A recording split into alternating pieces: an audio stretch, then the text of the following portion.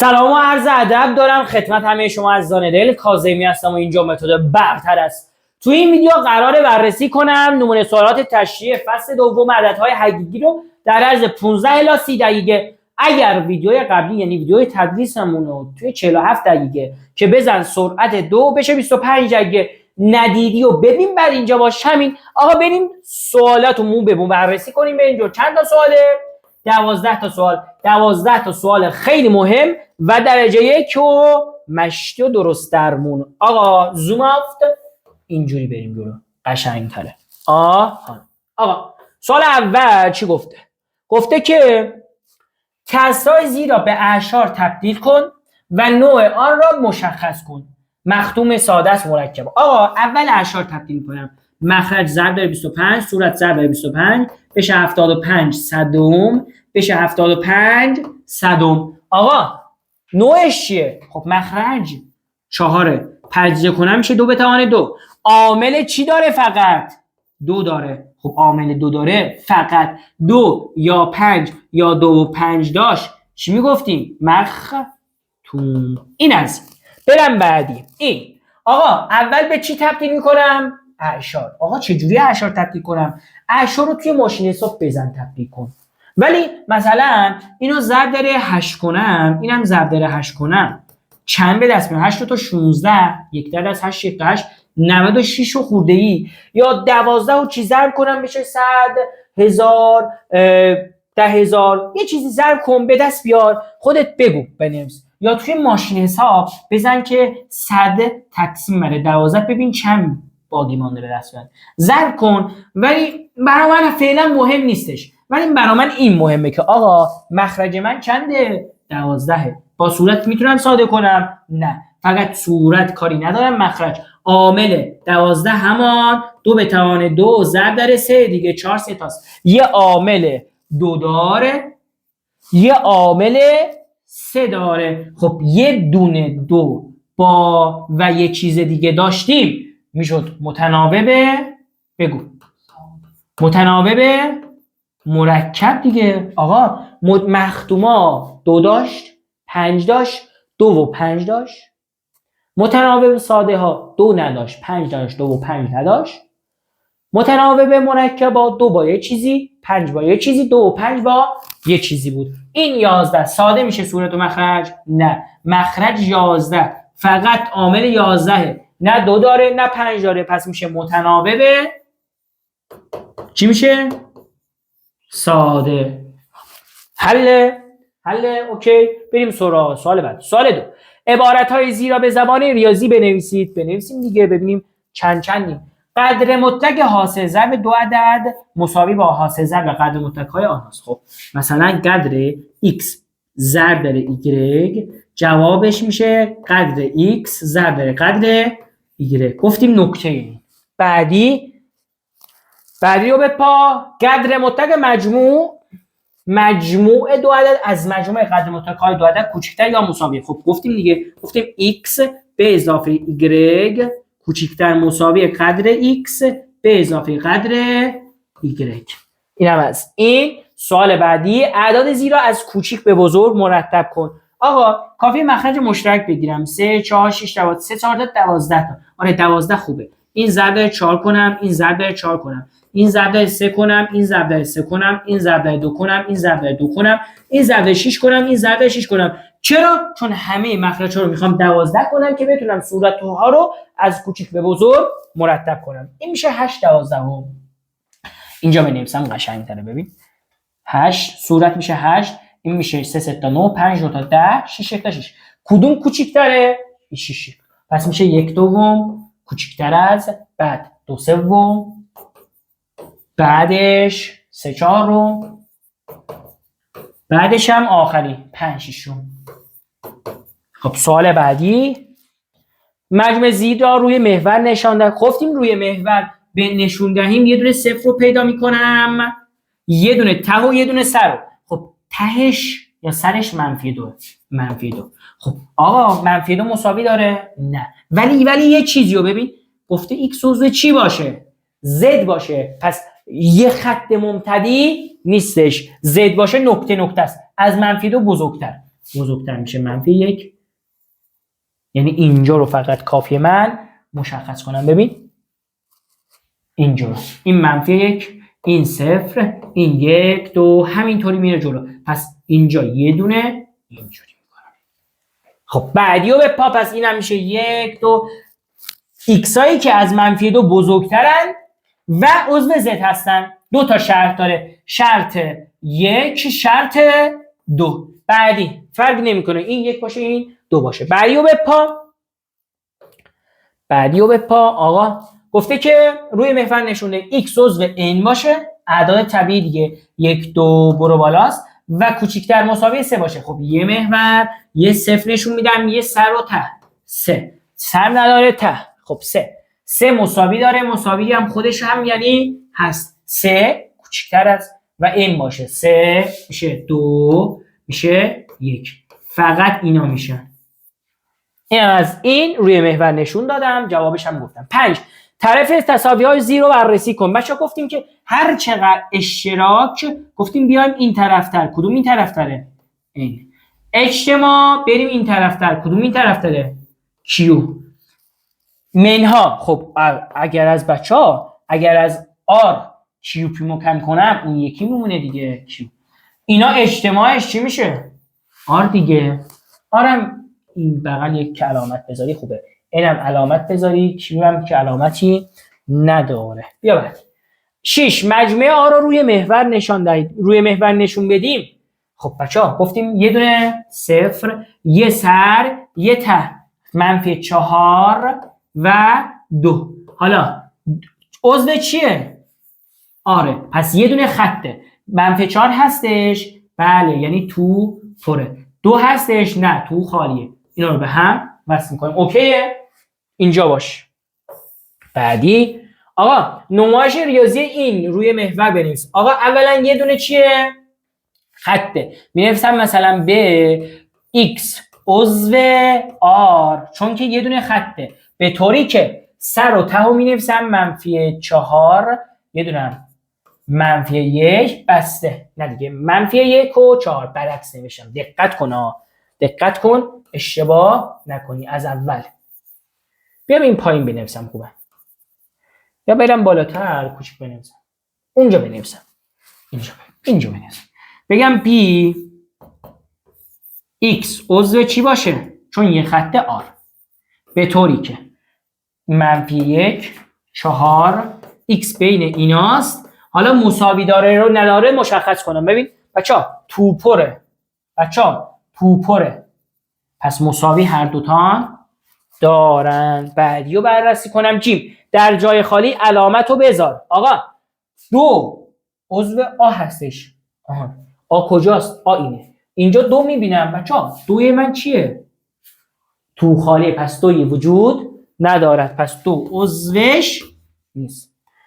رادیکال 5 بچهای من میدونن. چیو میدونن؟ اینا رو بلدن. رادیکال 1، رادیکال 2، رادیکال 3، رادیکال 4، رادیکال 5، رادیکال 6، رادیکال 7، رادیکال 8، رادیکال 9. رادیکال 9 3، رادیکال 4 2، رادیکال 1 هم 1. این 1 و 4، این 1 و 7. اینا هم 2 هم میان جلو. 2 و 2، 2 و 4، 2 و 6، 2 و 8. رادیکال 5 الان چنده؟ 2 و 2. این 2 و 2 تقریبا 2 و 2 منهای 2 میشه 2 دهم. آقا 2 دهم عضو ب. بله دیگه 2 دهم اینجاست دیگه. اینجاست. بله دیگه. مثلا بگیم دقیق‌تر از نیم کمتره. اینجاست. عضو ب. بله عضو ب. رادیکال 8 چنده؟ 2 و 8. 2 و 8 رو توی آ میبینم. آ کجایی؟ آقا 2 خودش هم نیست، چه برسه به 2 و 8. پس اینم عضوش نیست. حل تا اینجا اوکی کامل. ببین 6 روی محور 5 گفته بودن 4 3 2 1. بیا اینجا حاصل عبارت زیرو به دست داره. خب اول ضرب و تقسیم از سمت جا. آقا یه چیزی بگم، اینو تبدیل به کسر کنم 1 3 تا با صورت جمع کنم میشه 4 سوم. میگم بریم پایین ضرب میشه، بریم بالا جمع میشه، مخرجم سر جای خودش. این منفی 2 رو هم مخرجش چیه؟ 2 بکنم 3 دیگه، یعنی ضرب داره 3 ضرب داره 3 کنم، این میشه منفی 6 سوم به اضافه 1 سوم به اضافه 4 سوم. مخرج 3، پس می‌نویسم مخرج 3. 4 و 1 5، 5 منهای 6 میشه منفی 1. مخرج کسر رو تقسیم بلدم؟ نه. اولیو می‌نویسم ضرب در دومی عکسش. این 8 4 2 تاست، 4 رو زدم، 3 2 تا 6 6 یکم همون 6 دیگه، پس این میشه 6 یکم همون 6. حالا بعد ضرب در 2 پنجم. آقا میگن دور به دور نزدیک به نزدیک، این تو این میشه منفی 1. اینجوری بنویسم قشنگتره. این تو این یعنی منفی 1 تو 1 میشه منفی 1. دور به دور میگیم تو صورت، اول صورت رو مینویسیم دیگه، دور به دور صورت. 3 6 تا 18 تا. ضرب در 2 پنجم میتونم ساده کنم؟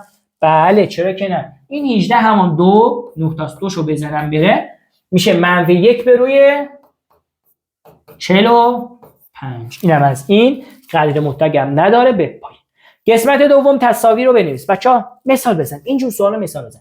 آ چیه؟ صفر کوچیک‌تر یعنی چیه؟ منفیه. ب هم صفر کوچیک‌تر یعنی منفیه. منفی و منفی با هم جمع بشن یه چیز چی به دست میاد؟ منفی دیگه. منفی با منفی جمع کنم میشه منفی دیگه. حالا جواب بشه منفی، باید یه دونه چیز حل کنم توی قدر مطلقه. بگو. منفی میشه منفی آ، منفی بی به اسم میاد. بیا بعدی. آ مثبت مثلا 3 به منفی مثلا منفی 2. ضربش آهان ضربشه، میتونم تک به تک بیارم بیرون، بشه قدر آ ضرب در قدر ب. چون که اگر مثلا 3 ضرب در منفی 2 کنیم این میشه منفی 6 بیاد بیرون جوابش 6. بازم این 3 جوابش 3 بیاد بیرون، اینم بیاد منفی 2 بیاد بیرون میشه 2. 3 2 تا 6 3 2 تا 6 با هم فرقی نداره. 9 کسی مساوی چنده این؟ 3 پنجم. کسی مساوی 3 پنجم بنویسی که مجموع صورت و مخرج آن 40 باشد. یا خدا سوال قشنگیه ها. پس من باید 3 پنجم و مساوی بنویسم برم جلو ببینم کی صورت و مخرج با هم جمع کنم میشه 40. پس مینویسم 3 پنجم ضرب در 2 کنم. خب ضرب در 2 کنم کمه، ضرب در مثلا از 5 میکنم. 5 3 تا 15 تا 5 5 تا 25. خودش لام هستم. 15 و 25 چند میشه؟ 40. پس کسر این چیه؟ 15 25. 5 ضرب کردم نبود 6 بزرگ بود 4 ضرب میکردم. بعدی بین دو کس آها خودش گفته با مخرج چی بنویس؟ 20 بنویس. من حق ندارم صورت و با صورت مخرج و با مخرج جمع کنم. بین 20 بنویسم. پس 3 پنجم من میشود ضرب در 4 کنم، اینم ضرب در 4 کنم میشه 12 بیستم، اینم ضرب در 5 کنم، اینم ضرب در 5 کنم میشه 15 بیستم. چند تا کس گفته؟ بین دو کس این یه دونه کس. خب میشه چند؟ بگو دیگه. 13 بیستم 14 بیستم. بعدی در مجموعه زی چند عدد گنگ وجود دارد؟ عدد گنگ گفتیم چیه؟ گویا نباشه یا رادیکال هایی که مربع کامل نباشه نتونه بیاد بیرون. اوکی بیا اینجا. آقا این زیرش رو جمع کنم 16 و 3 میشه رادیکال 19. رادیکال 19 جذر دقیق داره؟ خیر پس گنگه. 3 و 14 میخواد گولمون بزنه. این 314 صدم گویاست. پس تو گویا هستی. منفی 3 پنجم گویاست. 1 و 18 این چی بود؟ گویاها بودن دیگه. اینا گویا بودن دیگه، همشون 3 تا مثال زدیم گویا بودن. ببین مختوم گویاست، متناوب ساده گویاست، متناوب مرکب گویاست. پس چند تا وجود دارد؟ یه دونه. بعدی عدد این بین کدام دو عدد صحیح متوالیه؟ خب رادیکال 5 چنده برای من؟ 2 2 2 2 با منفی 4 میشه منفی چند میشه؟ منفی 1 خورده دیگه. درسته؟ اینجوری بگم بلد نیستم. ببین ناجور باشن کم میشن، عدد علامت بزرگتر. منفی 22 و 40 میگم 40 منهای 22 میشه چند؟ 18 میشه.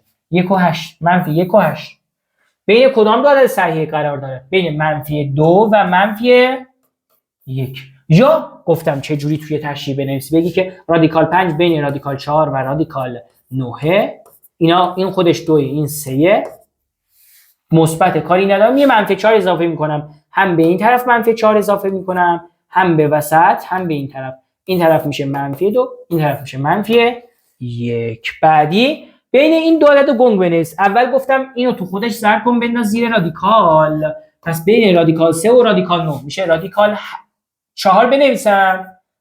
غلطی ها، گویاست رادیکال 4. رادیکال 5، رادیکال 6، رادیکال 7، رادیکال 8 بنویس بره پی کارش. پس شد اینا.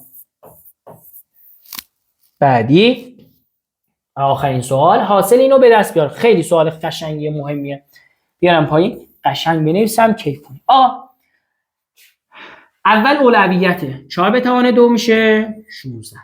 ضرب و تقسیم از سمت چپ. 3 ضرب در 16 میشه 48. 48 تقسیم بر 6 میشه 8. پس میشه قدر مطلق 3 منهای 8 میشه قدر مطلق -5 میشه چند؟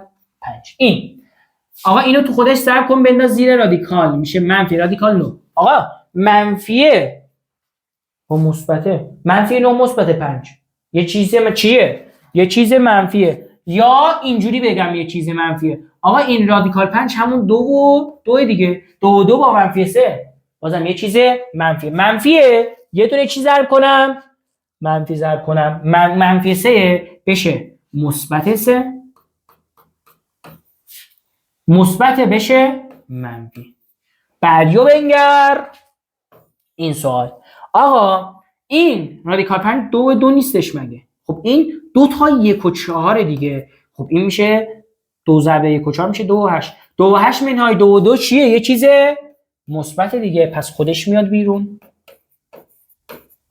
یا یه جور دیگه براتون بگم، آقا این 2 بخواد بره زیر رادیکال توان 2 میرسونم، چون که فروجه 2 تا 4 میشه رادیکال 8. 4 2 تا 8 دیگه منهای رادیکال 5. حالا بازم بگو جواب این چیه؟ مثبت دیگه، خودش میاد بیرون. بعدیو بپا این. آقا پس توان با رادیکال بزنم بره، دور این چی میاد؟ یه قدر مطلق میاد. حالا قدر مطلق اومد، خب اینو تو خودش ضرب کن بنداز زیر رادیکال. 4 منهای 7 یه چیز چیه؟ منفیه. پس یه منفی ضرب کنم 2 میشه -2. منفی رادیکال 7 میشه مثبت رادیکال 7. یا جاشونو عوض میکنم. اوکی تا اینجا؟ خب بیا بعدی. اینه بین 3 اینه. خب کافی چیکار کنم؟ جاگذاری کنم. به جای آ چند بذارم؟ 1/2. به جای ب چند بذارم؟ رادیکال 3. به جای 3 چند بذارم؟ 3. بچه‌ها الان رادیکال 3 چنده؟ 1 و 7. اینم چنده؟ نیمه دیگه. نیم با 1 و 7 میشه 2 خورده ای دیگه. 2 خورده ای منهای 3 چی میشه؟ یه چیز چی میشه؟ منفی میشه. خب یه چیز منفی رو باید یه دونه منفی ضرب کنم که بشه چی؟ مثبت. یعنی این بیاد بیرون مثبت بشه -1/2. این مثبت رادیکال 3 بشه منفی رادیکال 3. این منفی 3 بشه مثبت 3. حالا 3 منهای 1/2 میشه 5/2. گفتم 3 منهای نیم میشه 2.5. 2.5 همون 5/2 منهای رادیکال 3. یا اینجوری بنویس 2.5 منهای رادیکال 3. سوالات رو بررسی کردیم، رنده کردیم و ببینم نکاتی که خاص و حرفه‌ای داره رو، کدوم نکات مهمی هستن توی امتحان میتونه بیاد رو بگم براتون. اینو دریاب. اولا مفاهیم مختوم، متناوب ساده، متناوب مرکب دریاب. خواص قدر مطلق رو دریاب. حاصل ضرب مجموع دریاب. بعد اگر زد و ان و آر گفتن رو دریاب. آر خط بعدی نکته هستن. اگر بریم این طرفتر اشتراکه، بریم این طرفتر اجتماع. بعدش میخوای فوق سری حل کنی رادیکال ها رو بیاب، یعنی بلد باش. توی اینا پایه سوم ابتدایی مخرج مشترک و اینا رو بیاب. بعد دور به دور رو اینجا بلد باش. بعدش اینجا اینجور سوالا یه مثالی بزن که قاطی نکنی. کسی بنویس باید بنویسی بری جلو. اینجا هم گولت نزنن 3/14. بعدش اینم تشریحیه ولی تو تستی بیا جلو. بعدش سوال آخر که سوال 100% و بازم توی امتحان خواهید دید. یعنی این دی میتونه توی امتحان یا بی یا سی میتونه توی امتحان بیاد و کلکت بزنه. اینا سوالات خیلی مهمی هستن. همین. بعد از این میریم سراغ تستی. میگم تستی اینجاست. بله. بعد این میریم اینو بررسی میکنیم. بعد از اینم میریم ببینم آزمونیار اینجاست. اینو توی اردیبهشت ماه و خرداد بررسی میکنیم، براتون قرار میدیم. نمونه سوال تشریحی دیگه، اضافه تشریحی حل میکنی، خودت هم میتونی حل کنی، چیزایی که گفتم هستن. بعدش این کتاب خیلی سبزه که الان بررسی کردم، 25 تا تیپ درسنامه داره، 21 تا تیپ سوال داره که کلا تقریبا 300 تا تست فصل دوم کتاب خیلی سبز. تو اگر از این فصل 40 تا تستی که من انتخاب کردم و بزنی کافیه. یعنی از 21 تا تیپ از هر کدوم تقریبا 2 تا سوال حل کنی کافیه. مثلا این 21 2 تا سوال رو بررسی کنی، ایناش بغل کنارش علامت زدم، 2 تا رو بررسی کنی، این سوالایی که من گفتم رو بررسی کنی کافیه. اینا رو براتون توی تستنی میگم بعدش میریم سراغ کتابش و اینم جمع و جور کیوسانه بچه‌ها. کتاب جمع و جور کیوسانه که کلا توی تستنی میگم براتون. ببین اینا رو بعد از اینکه خیلی سبز رو بررسی کردیم، اینا رو بازم براتون میگیم. تموم شد و رفت. حالا یه دونه هم کتاب موند اینجا رو بپا. آقا کلا این فصل ایناست. عددهای گویا. عددهای گویا چی هستن؟ N W Z گویا، همشون گویا هستن. مخرج یک میتونیم بگیم دیگه. پس عددهای گویا چی بود؟ آ به اوم هایی که آ به عضو Z باشه و مخرج مخالف صفر باشه. عددهای حقیقی چیه بچه‌ها؟ توی عددهای گویا یه چیزی هم داشتیم 3 مدل عددهای گویا داریم چی بودن؟ مختوم بودش، متناوب ساده بوده، متناوب مرکب بوده. عددهای حقیقی بچه‌ها توی عددهای گویا یه چیزی هم بررسی کردیم عددهای گنگ رو بررسی کردیم که گفتیم رادیکال هایی که نمیتونن بیان جو بیرون. عددهای حقیقی چی بود؟ هم گنگا هم گویاها. قدر مطلق هم گفتیم، قدر مطلق ماشین مثبت کنه همیشه جواب مثبت میده بیرون. و محاسبه تقریبی که همون رادیکال ها هستش. و تمام. بریم برگردیم بریم سراغ تستنی همین. یا علی